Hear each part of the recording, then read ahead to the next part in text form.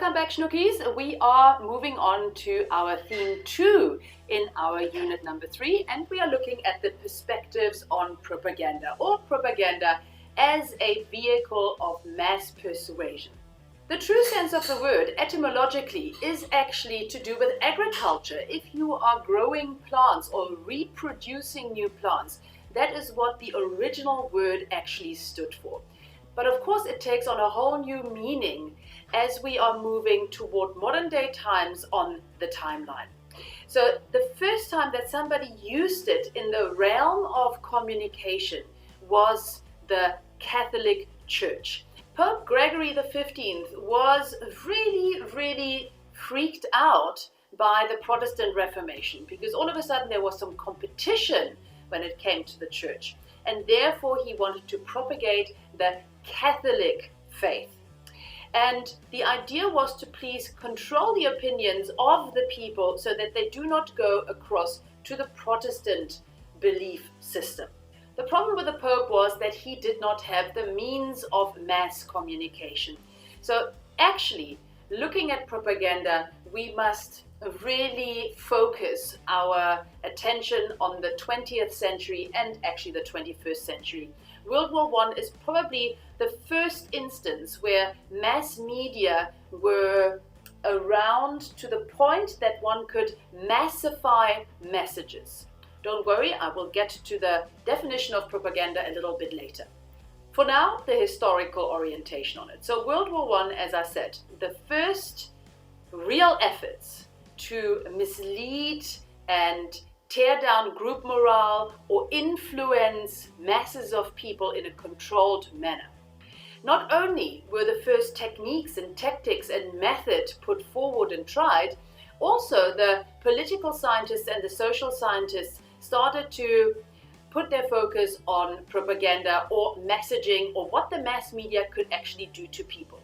It is also during that time that the first negative connotations were attached to propaganda.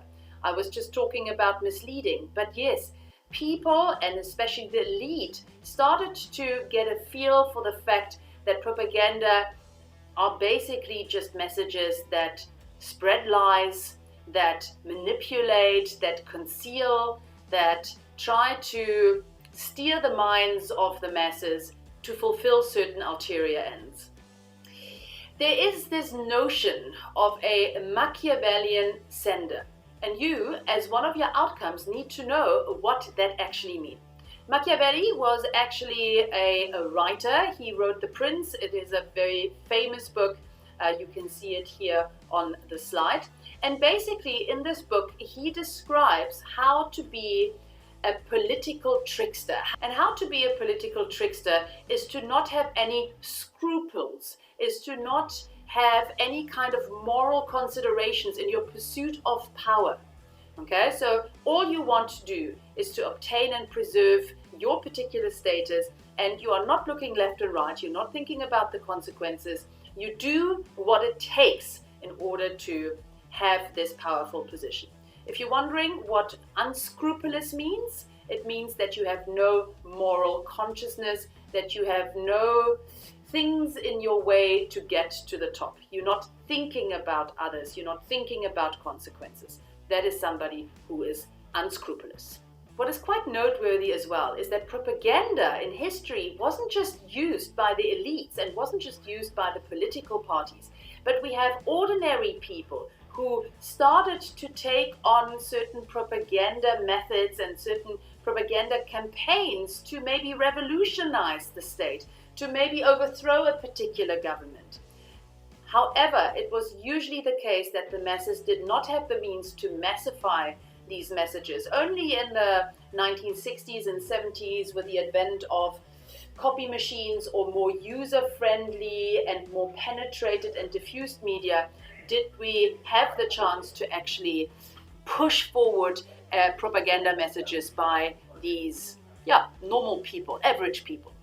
So even though people actually understood that propaganda could also be used by them, thanks to widespread literacy and education, propaganda was mostly still used by the elites, political as well as commercial elites.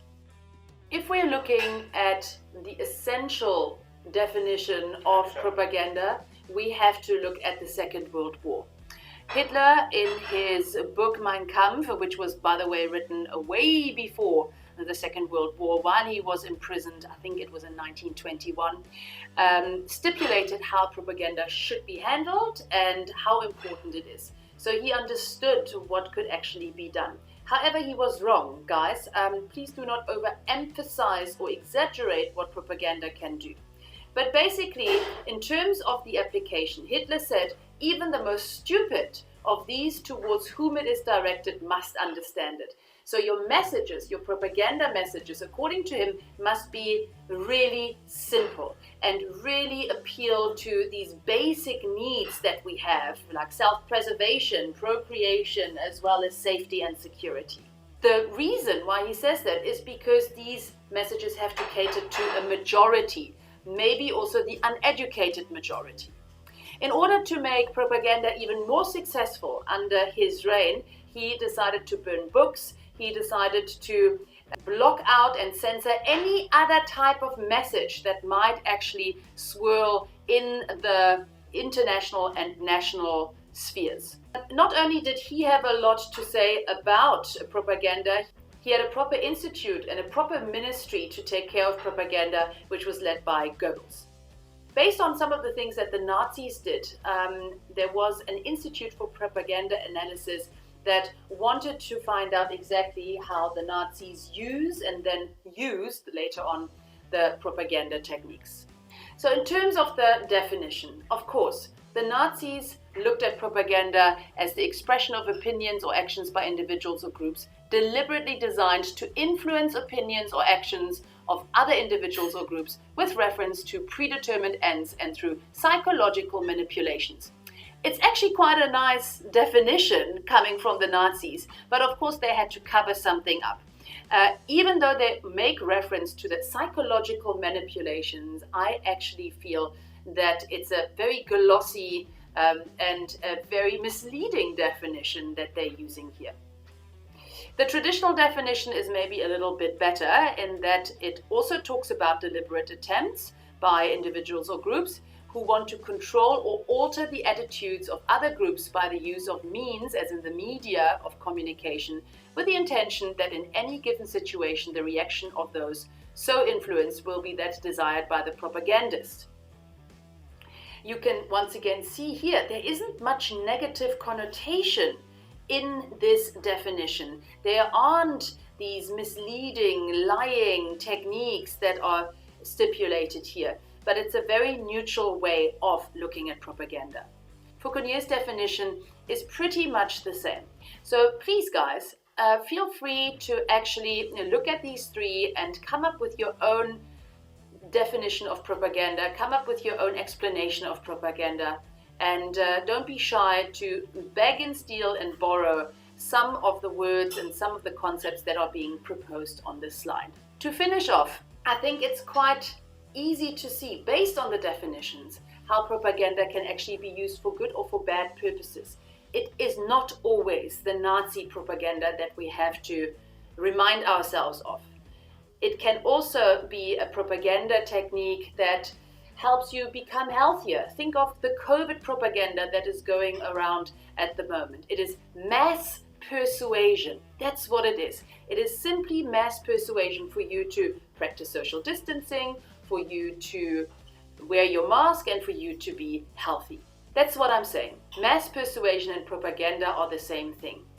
Depending on what kind of perspective you take, of course you might have negative ideas, and you can also have positive ideas. And today, actually, propaganda is literally used by everybody. Think about mass persuasion. Who else uses it? Advertisers, of course, use mass persuasion. And do they lie? They're not really allowed to lie. Do they manipulate? For sure. Do they put their best foot forward? For sure. Do they make their messages seductive? For sure. Do they appeal to your basic needs? 100%. Do they make it simple so you understand it? Yes, they do. So you can see there is very, very little difference between the advertisers and the propagandists in today's society.